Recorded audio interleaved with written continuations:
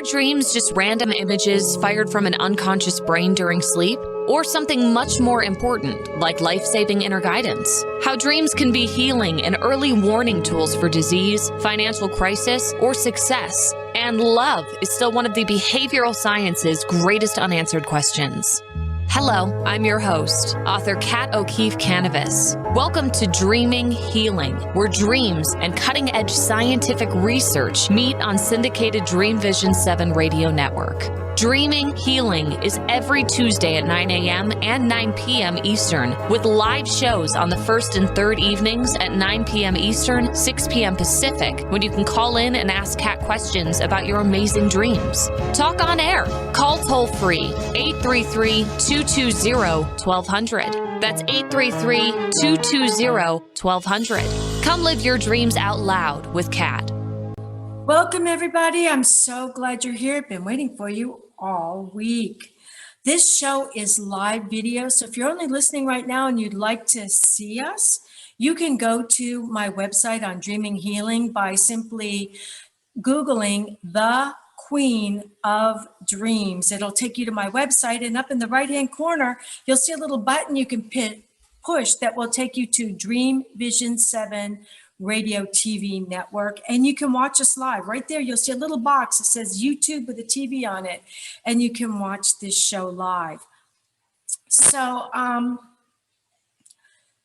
we have a business expert panel tonight, and we're going to be talking about leadership, networking, and love. And we want to know the secret to making all this success look so easy. And each of these panelists is an author, and they've written a book about their area of expertise. And we're going to talk to them about how the changes that they see happening right now are positive ones, especially after COVID. But first, we're going to do our little meditation. So for those of you who have not done the meditation with me before, I want you to get comfortable.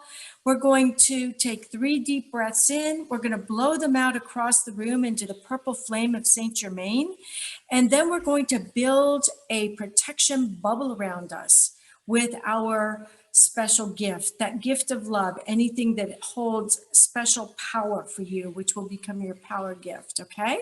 So get comfortable. We're going to move through this a little quickly tonight because with a panel, time just flies. And also because sometime during this hour, I'm probably going to get hit with a Cat 1 hurricane. So if I suddenly go dark, don't worry, I've got a little candle to put under me. It's going to look like Halloween, but hopefully we're going to make it through this because I am in the St. Petersburg area, and apparently this is supposed to be serious, but you know me, I'm never serious. So get comfortable and feel yourself getting centered. Take a deep breath in. Imagine any negativity that might have happened to you this week, connecting to that breath of life. Blow it out across the room. Again, deep breath in, really deep. Imagine any of the little negativities, maybe something you said to somebody else that's been bothering you, a bad dream, a nightmare. Connecting to that breath of life. Blow it out across the room into the purple flame of Saint Germain. All the way out, just empty your lungs. One more time. Deep breath in. Hold it. Any stubborn little pieces of negativity get in there? Blow it out across the room. Right into that purple flame of Saint Germain. See it turning into golden light and being returned to the universe. Now imagine holding something that is a power gift to you. It can be jewelry given to you by a loved one. It can be your favorite flower, your favorite crystal, anything that holds power for you. Imagine swinging it around your body to create a mirrored protective bubble that only allows that which is of the highest and best to be brought into that bubble with your spirit guides and your guardian angels. Anything else is returned right back from whence it came. We wish it so, and therefore it is. When you're ready, slowly open your eyes and feel yourself grounded and protected and cleared. So let me introduce you to our guests tonight. We have Sally Bolanjoko.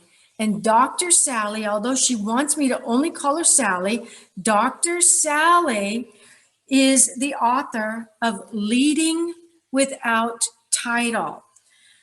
And it's real life leadership philosophy that works. And she believes we are all innate leaders. We have Frank Zakari, who is the author of Business Secrets for Walking on Water.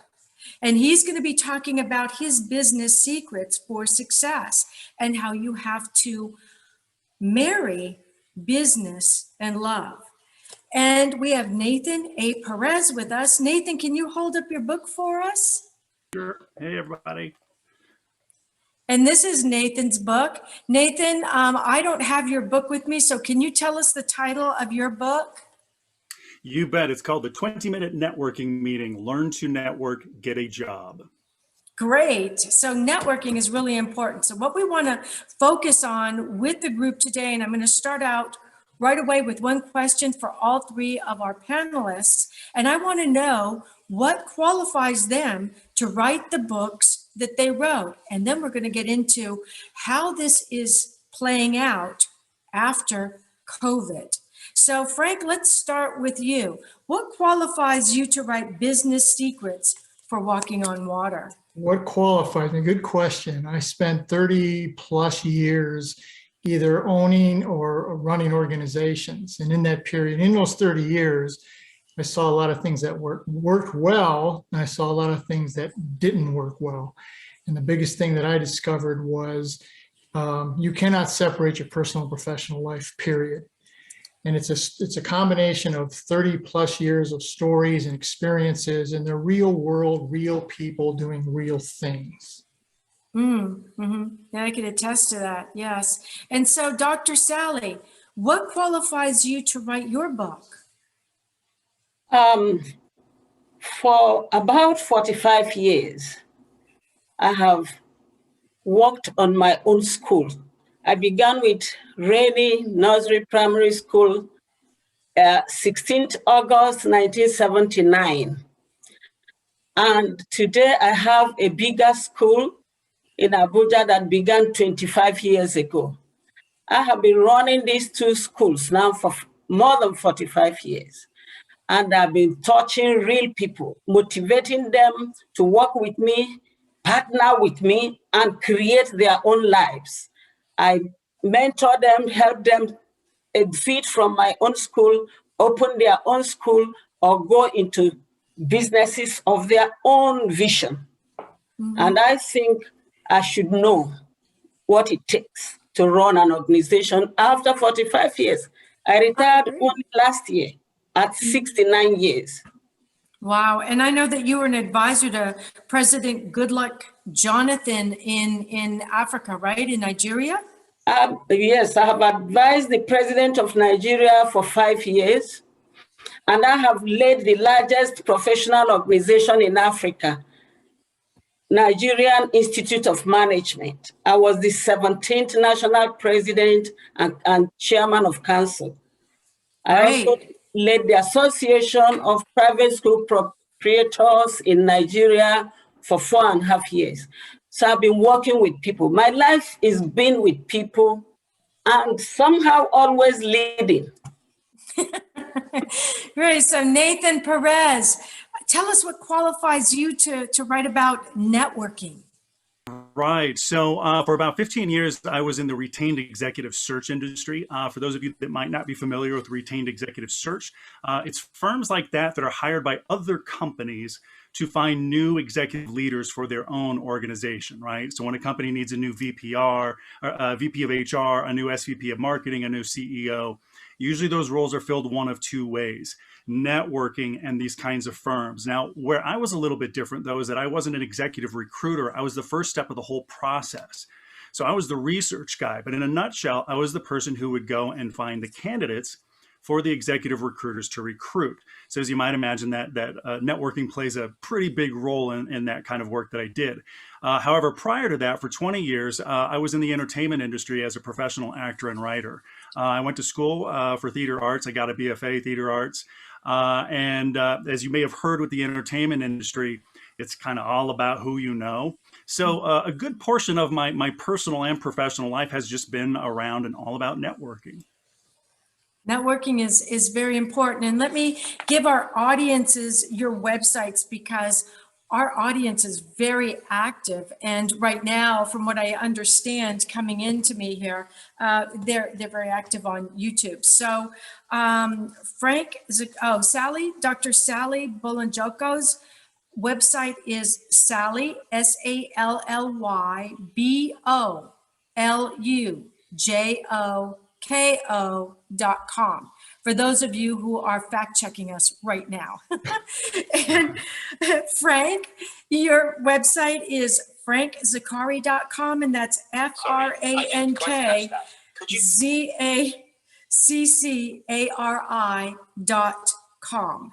And then Nathan A. Perez is NATHANAPEREZ.com. So those of you who are fact checking right now, and I turned my phone off, but as you can see, it's starting to blow up already, like it did my last show. So I'm going to get right in with the hard questions.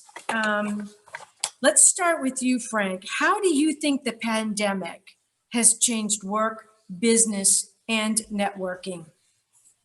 I think, as bad as it was, it's a very good thing coming out of. Because one of the things that I've discovered, and people that I've met and talked with, is the workforce has decided now, I want what I want for my own joy and happiness. I'm not content spending an hour a day commuting to work each way, 10 hours at work. I'm spending 12 hours of the day being miserable. For the leaders, now it's going to get interesting, because the leadership is going to now have to say, I have to change. I have to understand I must meet people where they are. The days of everybody being in the office and me walking back, they're over. Those days are gone. Now it's going to have to be, you're going to have more humanistic skills. You're going to have to be able to promote critical thinking. You're going to have to be able to collaborate with people and work with people in groups. You're going to have to give them the opportunity to take the ball and run with it. Yet the people in the workforce now want to be heard. Now, you don't necessarily have to do everything that they say, but they want to be heard. And you want to really scare the hell out of a bunch of leaders. Prudential Financials sponsored a survey of the status of the American worker. 26% of the American workers intend to change jobs once this COVID thing settles out. So there's an awful lot of dissatisfaction in the workforce, and leaders are going to have to be the ones to change. And you're going to have to start recognizing that emotion and emotional intelligence comes with the person. You can't leave it at the door like they used to tell us when I was coming up. Keep your emotions out of the business workplace. So it was a bad pandemic, but I'm thrilled for where we're going.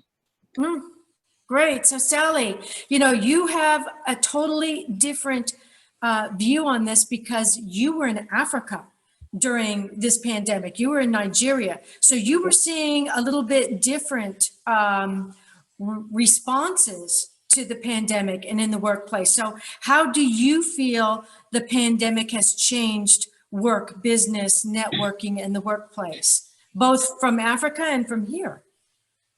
Well, I will talk about on Africa.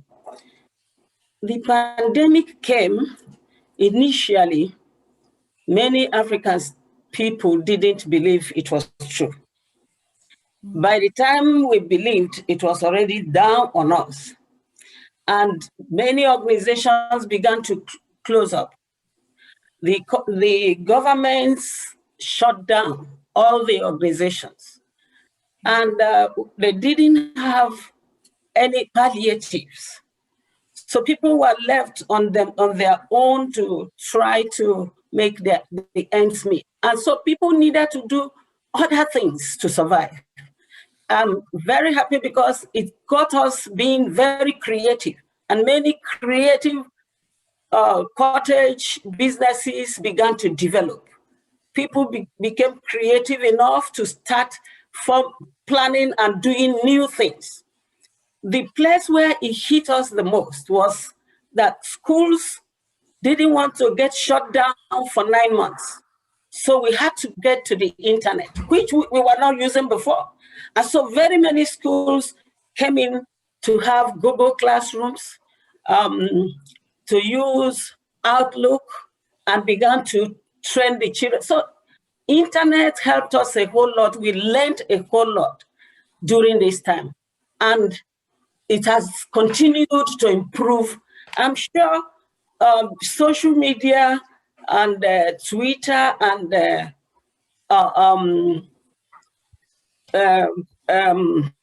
YouTube and others had increased business from Africa during this time. And very many people now knew that this is it. We must be IT compliant and we must be literate, very much so in that area. Mm-hmm. Indeed, very many governments began to have scheme of every child one computer. And many governments are attaining it, especially in Rwanda, in Ghana, in South Africa. One child, one computer policy is on, and it's making a lot of difference. Interesting. That's In great. Nigeria, not much, because we have a lot of crisis going on now. You know. Mm-hmm. Mm-hmm. So Nathan, same question to you. You know, how do you think the pandemic has changed work, business, and especially networking? Because when you kind of think of networking, Nathan, you think of, you know, cocktail parties, you know, right, meeting for groups. How has that changed? You know, to be honest with you, from my perspective, it's gotten a whole lot better. And I actually have a lot of optimism. I share the same optimism as Frank as what's coming down the road. But here's the reason why I think it's gotten so much better. There are two primary reasons. First, there's the familiarity with the tech. And then there's pandemic boredom. And what I mean with the familiarity with the tech is that, you know, just beyond a year ago, maybe some of us were using video for networking. I was using it a fair amount, but then suddenly we were all forced to do it, right? Mm-hmm. And not just in this country, but literally around the world at the same time. And this wasn't just on a professional front, but it was also on the personal side. You know, if we couldn't see grandma or grandpa or the family, we had to learn to use this tech.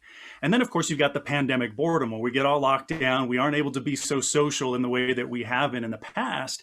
And because of that, I mean, we're social animals. And we haven't had the opportunity to go back to work or go to the restaurants or wherever else in the same way.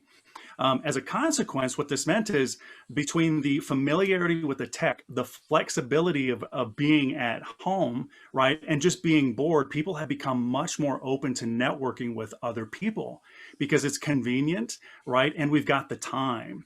And because of those things, so those two things combined, but with all of this crazy stuff that's been going on around the world, I think what that's done is it's created a sort of sense of distrust among people. And it's put us all on the same timeline. We are literally, the whole world is kind of experiencing the same things with the government weirdness and then the viruses and the vaccines and so forth and so on. And I think what that is going to do, in fact, what I've been watching it do, is change the way that people talk to one another and the way that people listen to one another. And as these issues sort of start to iron themselves out, I think people are going to become much more aware of how we communicate with one another and how we build our relationships. And like I said, I've already been seeing it in this last year, and I think that's the direction we're going to head. So I think better than ever, networking with this familiarity in tech and the boredom, better than ever. Mm. You know, Frank, Nathan was just talking about relationships.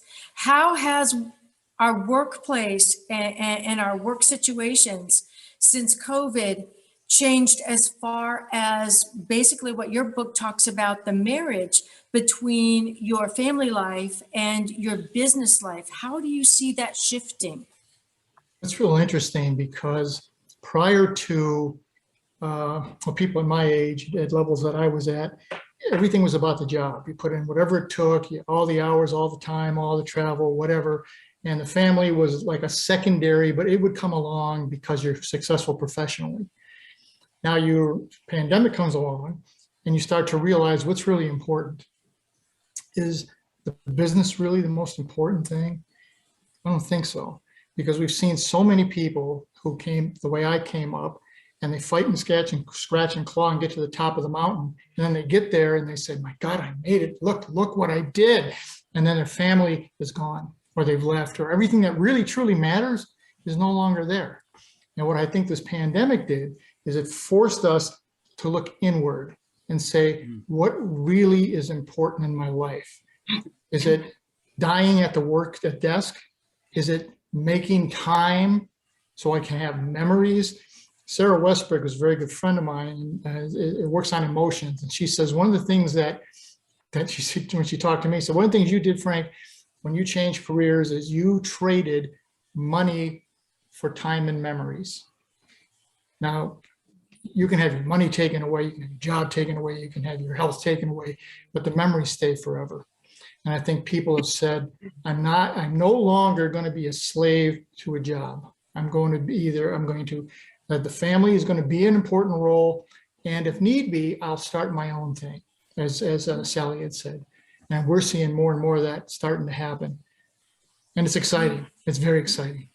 Yeah. So instead of, during this pandemic, instead of somebody packing up and going off to work and leaving the spouse, whoever the spouse was at home, suddenly they were both at home 24/7. It was no longer, for better or for worse, it was for breakfast, lunch, and dinner. That's what I told my husband. I said, this wasn't in the vows. So, there was some adjustment that had to be made there. For those of you just tuning in, you are watching Dreaming Healing on Dreamvisions 7 Radio Network, and I'm your host, Kathleen O'Keefe Kanavos, but my friends all call me Kat. We're going to take a short break, and when we come back, we're going to ask Sally a similar question. So don't go away. We'll be right back.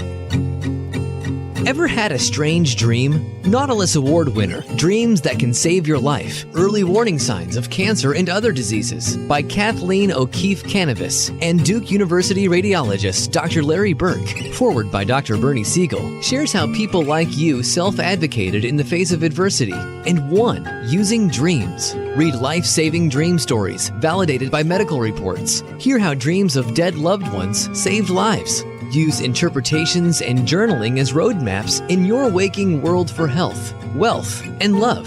Dreams That Can Save Your Life. Early Warning Signs of Cancer and Other Diseases. Buy the audio and book at KathleenO'KeefeKanavos.com in English and Italian worldwide and through Amazon, Barnes & Noble, and other retailers. How did life start on Earth, and why is there so much suffering? Are we living in a simulated reality like the characters in the Matrix movie? Do parallel dimensions exist alongside ours, influencing our experience? What are the mysterious dark energies that penetrate our universe? Peter Canova folds space and time to bring the twin bookends of ancient wisdom and quantum science into a single focal point, answering these and many other deep mysteries of the creation. Quantum Spirituality can be heard every Tuesday at 10 a.m. and 10 p.m. Eastern and 7 a.m. and 7 p.m. Pacific on syndicated Dreamvisions 7 Radio Network. See the show where past and present merge to show us our future.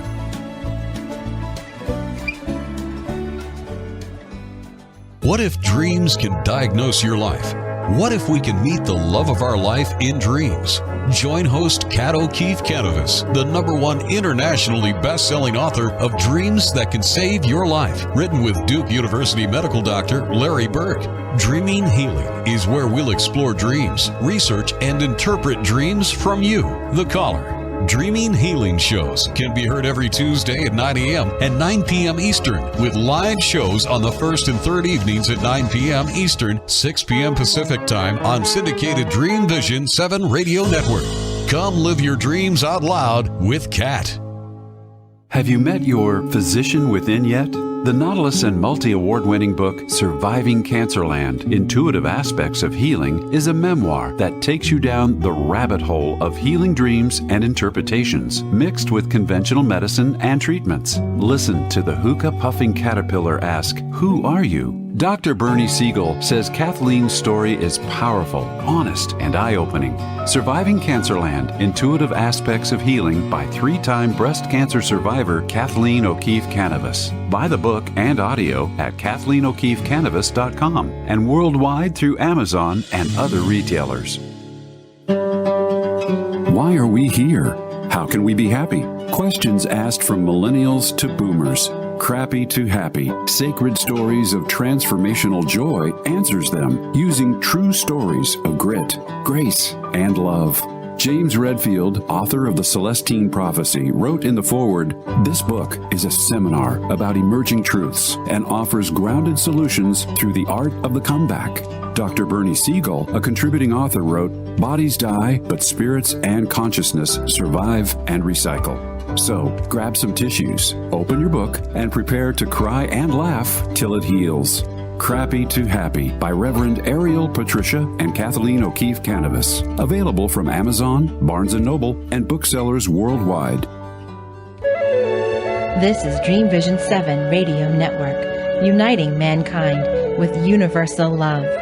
Our shows are created from the heart, bringing each listener to a place of divine enlightenment. Breathe, relax, and enjoy. Let life flow.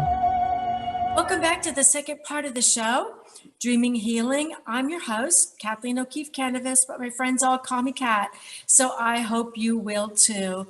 My husband did call me during the break, and when I wouldn't answer the phone because I had you guys on the show with me, he texted me and said there's a warning out to what did he say? I think he said shelter at home. It's like, gosh, this is like a deja vu.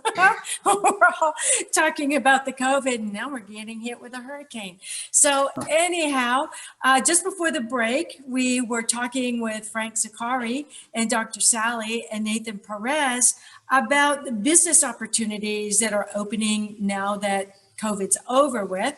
And so Sally, Dr. Sally, I want to ask you, do you see new business type opportunities opening for women post-COVID? And how is that?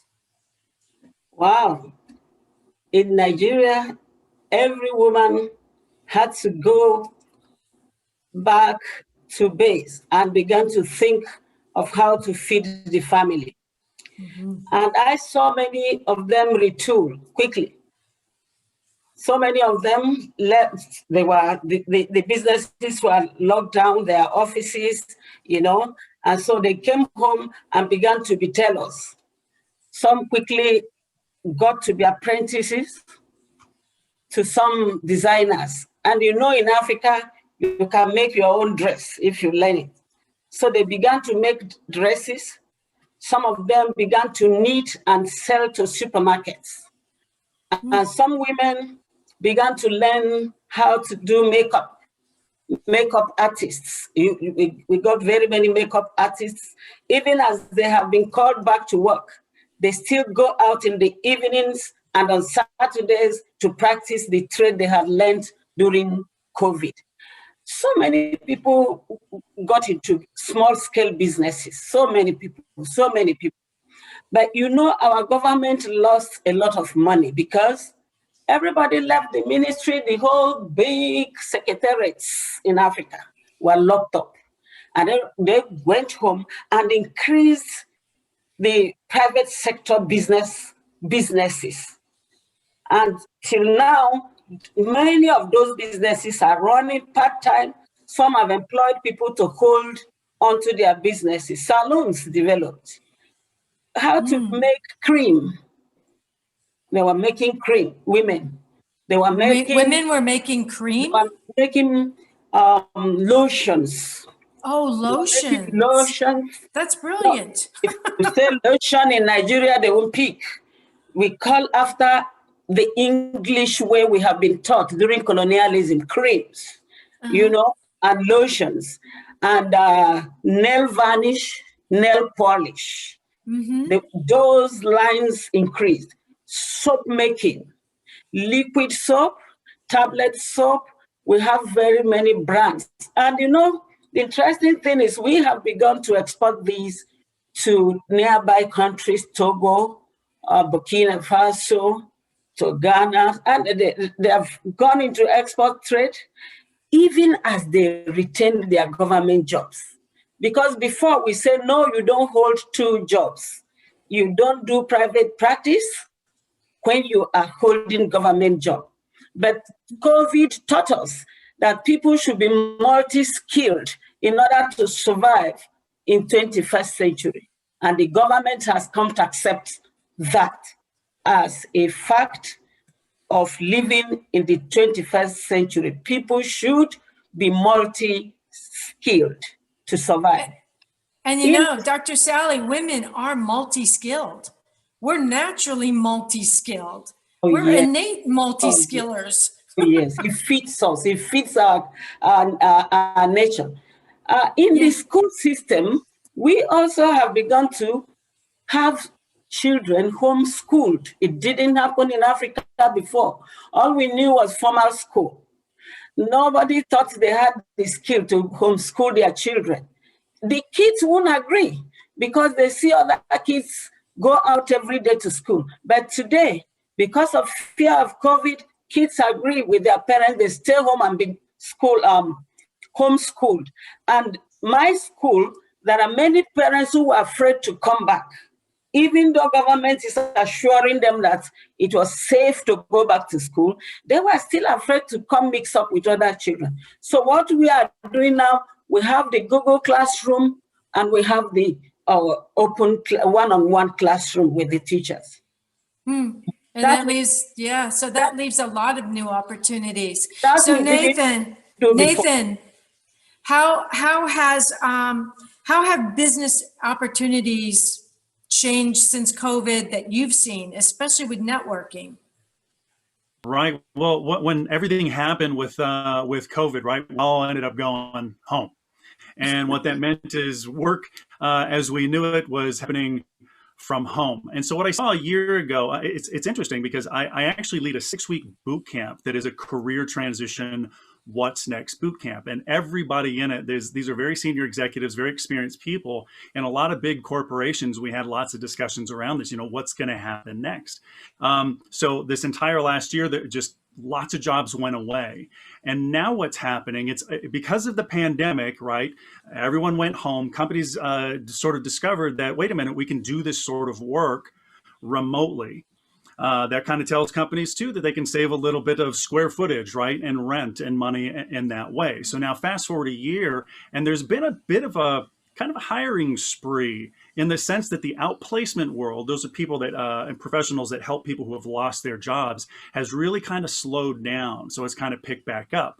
But what's different from a year ago is all of the tech. Nowadays, you can do just about any kind of work. It's not all inclusive, right? It's not everybody. There are some hands-on things where, people have to go in, but there's plenty of opportunity in many different kinds of industries now. And if you just kind of look at the educational system, universities and colleges are having a bit of a tough time because the brick and mortar stuff has changed. People can go directly online and learn very specifically the stuff that they want to learn. So that means something different down the line in terms of the workforce as well. So I see right now work opportunities opening up in all kinds of different industries, all because of the tech. It's just enabling us. Mm-hmm. I think that what I'm hearing out of everybody here on the panel is you have to be willing to keep an open mind and go with the flow. And the flow is going. There is change, and the change is going to continue. So, Frank, let's get down to the nitty-gritty of your book. Why is it so important to balance our business and our personal life for overall success? Pre-pandemic, during pandemic and after pandemic? How is it that that's not going to change? Well, as much as we've tried to separate the two and say business is business and personal is personal, that's crap. You're totally interlinked. Whether you like it or don't like it, you are, and you cannot separate that. So what ends up happening, or what I'm hoping now will start happening, is people, executive level, senior manager level, will say, look, I don't have to be here for everything. I don't have to have people sitting in front of me. It's all about the outcome. It's not about the process. Get the outcome done. If they can do it from home, fine, do it from home. But they're going to have to start putting in their mind, I go to work at this time. I work like crazy until this time. I go home at this time, and now I'm present. And being present was a big problem for a long time with people moving up, and business owners and executives, is even when they were home, they weren't present. They were thinking about something else, and they weren't there, and their spouse became, in my case, my spouse became very disinterested and decided to leave. And your children, you're not engaged, and you're not part of their life. And I don't know anyone, the old story, I don't know anyone who says on their deathbed, I wish I spent more time at the office. Yeah, that's true. That's interesting. Sally, Dr. Sally, Frank brings up something very important here that's connected to your work as well. And that's the connection of the husband at home or the spouse at home with the business. How do you see this happening now with the women you were just telling us about, who are more involved in business in Nigeria? The role of the women, how is this going to affect their family life? Oh, the African woman has always been working hard. We women in the house work because the extended family system is still there. They cope with keeping the kids. And so that's how they go to work. And those of them who are outside the city where their families are, who don't have the assistance of extended family, they put their kids in crèche, in schools. And the husband and wife know to pay for the crèche and let the child be there while they are at work. So women in Africa don't have problem with keeping the kids back at home, as you will have it here in America. In the rural area, the mother will just easily put the child on her back, and both of them will go to the workplace, to the shop, the stores. And, so talk about a new type of leadership. They take their children with them. But right now, we have very many nursery schools, crèche that keep the kids. So it's not a big deal for women now. But you know what? The African man wants that you keep your eye on his child all the time. So women still have double career syndrome to deal with. Double carrier syndrome? Yes. Double career syndrome. Yeah, she's got double career syndrome. Yeah, women have always had that. I have the African accent and the British one put together. You've just got to follow me. Double career. It doesn't give too much stress because we live with it all the time, even in the rural area. We saw our mothers coming up with us. So the African man insists that you keep your eye on his child all the time. So he pays for the crèche. So they take care of his child, and you go pick the child by 5 o'clock when the job is done and take the child home. He won't want you anywhere else but home to care for the child. We may come back and talk about that again in a minute.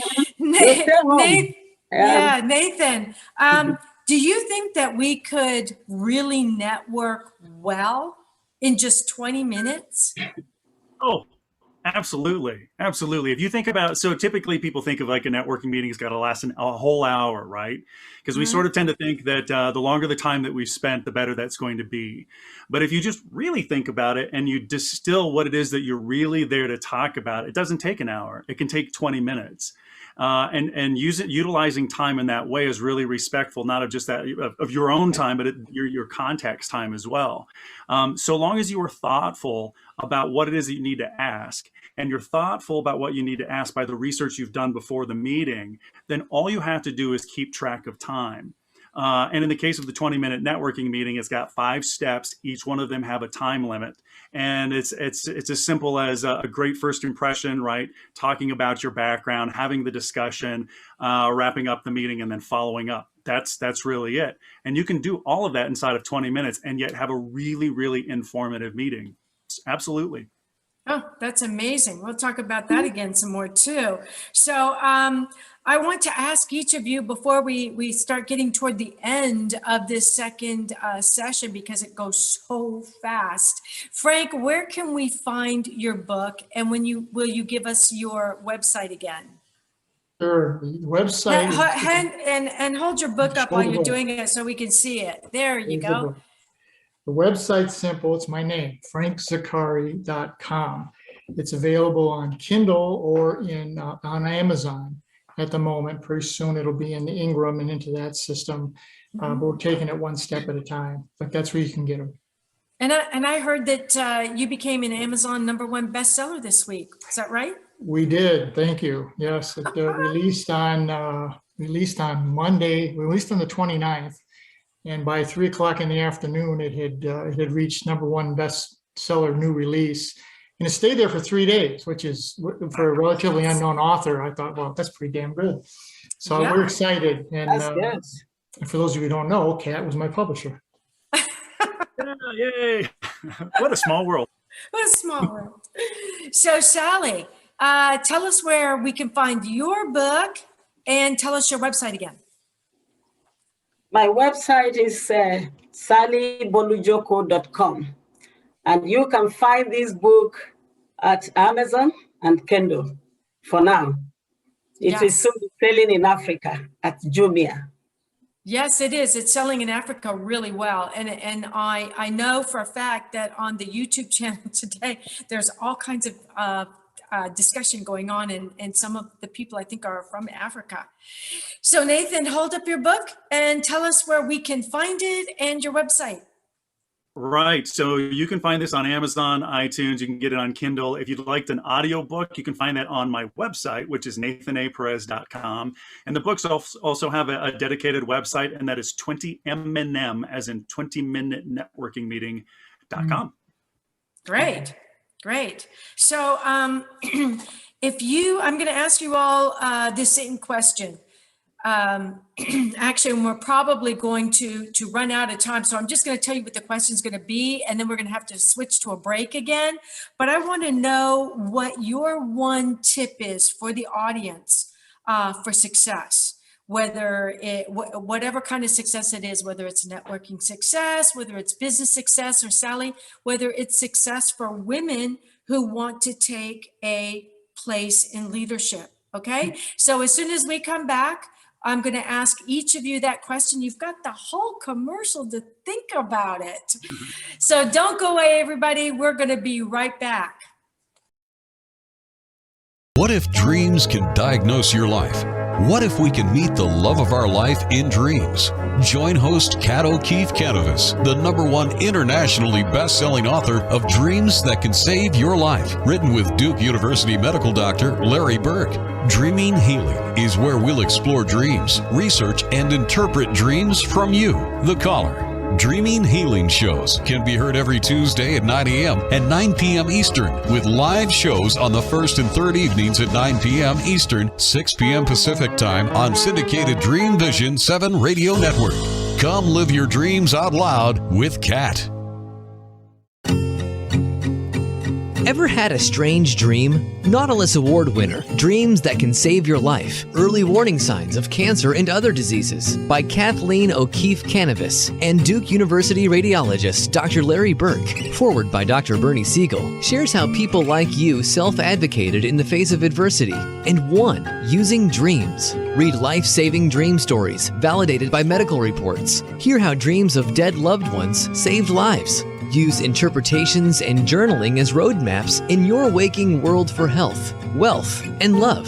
Dreams that can save your life. Early warning signs of cancer and other diseases. Buy the audio and book at KathleenO'KeefeCanavos.com in English and Italian worldwide and through Amazon, Barnes & Noble, and other retailers. Have you met your physician within yet? The Nautilus and multi-award-winning book, Surviving Cancerland: Intuitive Aspects of Healing, is a memoir that takes you down the rabbit hole of healing dreams and interpretations, mixed with conventional medicine and treatments. Listen to the hookah-puffing caterpillar ask, "Who are you?" Dr. Bernie Siegel says Kathleen's story is powerful, honest, and eye-opening. Surviving Cancerland: Intuitive Aspects of Healing by 3-time breast cancer survivor Kathleen O'Keefe-Kanavos. Buy the book and audio at KathleenO'KeefeCanavos.com and worldwide through Amazon and other retailers. Darkest hours to brightest moments. Transformation from despair to happiness, and chaos to clarity. Real people, real pain, real healing. Life-threatening illness, death, abusive relationships, divorce, and overcoming addiction are challenges these men and women faced head-on. See how they emerged stronger and happier. Buy the new book, Chaos to Clarity: Sacred Stories of Transformational Change by Reverend Patricia Caginello and Kathleen O'Keefe-Kanavos. Available on sacredstoriespublishing.com and worldwide through Amazon and other retailers.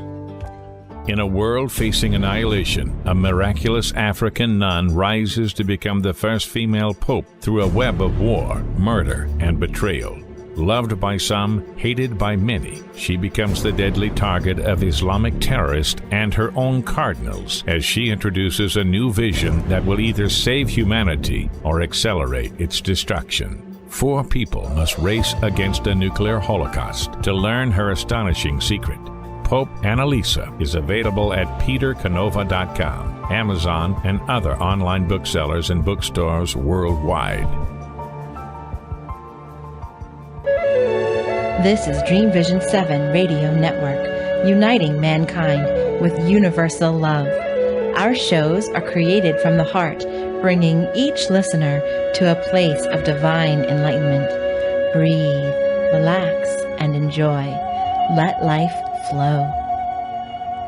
Welcome back, everyone, to the last section of our show. Just before we took a break, I asked each of our guests to think about the answer to what is your one tip for success that they would like to share with you, the audience. So we're going to start with you, Frank. What is your one tip, secret? Probably the biggest secret is knowing when to ask for help and how to accept help. Far too many of us think we'll figure it out on our own, and no one knows everything. And I can tell you firsthand, no job and no money and no title is worth a shattered life. And if you don't ask for help, that's what you're going to end up with. That's where networking comes in. We're going to get to you in a minute, Nathan. So, Dr. Sally, what is your one secret or your tip you'd like to share with our audience about leadership in women? My tip would be the right attitude, positive attitude. That will lead you to understanding your personal vision. It will help you to know when to have training, when to get a mentor, and respect the mentor. It will lead you to know to rise each time you fail. That failure will not be your destination. You would always know the right attitude, positive attitude will always ask you, stand up and try again. It's an opportunity to begin on a different way. Positive attitude will make you know that success will come by doing and keep doing and keep doing. Success itself isn't a destination. It is a process. The right attitude will make a person to do the right thing every time, whether somebody is looking or not looking. And that brings you to have good character that will create the leadership in you to be sustained. Right attitude, positive attitude will give resilience. It will give persistence. It will give you tenacity, without which you can't succeed in anything at all. You will be determined, and you will have guts to speak out for the right thing, and you will take responsibility, and you become accountable. And you bring that leadership to whatever you are doing. Right attitude, right attitude, right attitude, and you can mentor others to become. I love how you talk, Dr. Sally, I love how you talked about failure will not be your destination. I mean, we all fail at something, but what Dr. Sally is saying, when you fail, you learn from that failure and you move on, and that's part of your attitude. I love that. So Nathan, what is your tip or your secret for success in business, especially with networking? Yeah, this is a really good question. I think this is what I'm going to say. It's about understanding and really knowing what this networking thing is, right? So if I were to tie this back to what Frank said, right, about getting help, you get help by way of networking, but we kind of stuff gets in our way when it comes to networking. So what I'm going to say is redefine how we redefine networking. And first, it's by understanding that it's not about, being all slick and smooth or name dropping or being salesy or any of those things. I think we have pinned those behaviors on that word. We've given the word a negative connotation, and we end up avoiding networking. But what networking really is, it's very, very simple. It's just about the obtainment of information. That's it, the obtainment or exchange of information. There are many different purposes or outcomes for networking, but it's still about the information and what we do with it, right? Now, that's a simplification, and I want to make it with one more step, simplify it even further. If it's just about obtainment and exchange of information, every discussion that we ever have, therefore, is networking. And what I mean by that is, if I were to say to you, hey, good morning, Kathleen, how are you? How's your morning been? And you respond and you let me know, the morning's been pretty good, spilled my coffee, but it's been all right otherwise. While it's really simple, right, it is still just an exchange of information. And should we have a conversation again tomorrow or next week and pick up from there? Well, look, what we're doing is we're picking up from using the same information, right? So that means that every discussion that we ever have, whether it's in the grocery store, at home, on the phone, over video, is just the exchange of information. That's it. And what we do with it from there, that's what gives us our outcome. So rest assured, you're networking every single time you talk to somebody. All you got to do is be intentional about what it is that you need and what you ask. Oh, that's great. And I think an important word has come up throughout this interview, and that's mentor. I believe that even our mentors have mentors, and mentorship is really important. The person who is mentoring somebody else and the person learning from that mentor is really important. And I can tell our audience that Frank and Dr. Sally and Nathan are all mentors. So if you heard anything on this program that you would like to know more about, definitely contact them. And they gave you their websites. You've got their websites. You can contact them there. And I'm sure that they would either be able to point you in the right direction for mentorship, or possibly even mentor you themselves. So we're coming down to the very last part of this show, and I want to ask one more question of each of you. What is your business dream for the future? Because I'm all about dreams. So what do you see as your business dream for the future? And it can be wild or it can be real. Frank, let's start with you. What's your business dream? Well, business dream, we're starting down the path. We have a 3-book series. First book is out. There'll be 2 more coming.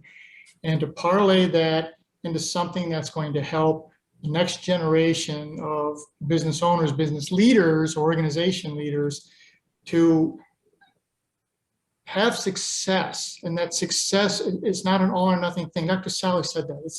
It's not the destination, it's the journey. And my goal is to help as many people as possible find out where the rocks are so they can walk on water. I love that. And Dr. Sally, what do you see as your business dream for the future? Well, my business dream for the future is to keep writing and developing innate leadership philosophy. where I will keep talking about leadership in Africa. I would want that in the next 10 years, every youth in Africa should have a good concept of leadership. I'm dreaming and working to get Nigerian government to allow us teach leadership in schools, or the concepts of leadership as I want to lay it out. Being value-driven character to be learned from African schools. It looks like our values are being eroded by foreign values that compounded the issues in Africa. And I like that we go back to pick up ourselves and begin to know who we are and develop values that can be African. Oh, that sounds like a great dream. And leadership that can serve the African people. We should interrogate democracy if it's not working for us. If we have a way of doing democracy the way it can work for us, we should be coming up with it. I want to be interrogating leadership in Africa until very many other people will join me and we get it solved in the next 10 years. Great. I think that's a great dream. I'm going to dream that dream with you. Nathan, what is your business dream for the future? Right. So the way that I see like business success, or what the dream is around what the books end up doing. The foundation of the 20-minute networking meeting is about gratitude and reciprocity. And I feel that if people go out there and have the gratitude and give and offer reciprocity for the information or the expertise or just the time that's given to them, and being able to give back without expectation, to see that actually have a ripple effect and how a domino effect on everybody else, that ultimately to me would be business success, a business dream. That would be a dream. That would be great. Well, I want to thank all three of you for being on this expert panel tonight. Frank Zakari, Dr. Sally Bolanjonko, and Nathan Perez. Thank you so much for being on the show. And I think that from what I took away from this panel tonight is, I think business has a great future. And I think women in business, Dr. Sally, have a great future, and there's a real need for them. So I hope all of you who are watching tonight, if you've got any questions, you will contact these panelists personally, ask them your questions, get their books, read their books, because I could tell you they're fantastic. I've read them. And thank you again for being on the show tonight. And thank you to our producer, Rachel, for getting us all on the show together and making this happen, especially with this storm. None of us blacked out. So until next time, remember, everybody dreams, but some dreams save lives. Good night, everyone. Thank you for joining us this evening, and a big thanks to our producer. Tune in next time to Dreaming Healing for more cutting-edge research, live dream interpretations, and stories with radio host and award-winning author Kat O'Keefe Kanavos. Listen every Tuesday at 9 a.m. and 9 p.m. Eastern Time with call-in live shows on the first and third evenings at 9 p.m. Eastern, 6 p.m. Pacific Time on syndicated Dreamvisions 7 Radio Network. Remember, everyone dreams, but some dreams save lives. Live your dreams. Find more about Kat at KathleenO'KeefeKanavos.com. That's Kathleen with a K. OKEEFEKANAVOS. Or The Queen of Dreams on Google search.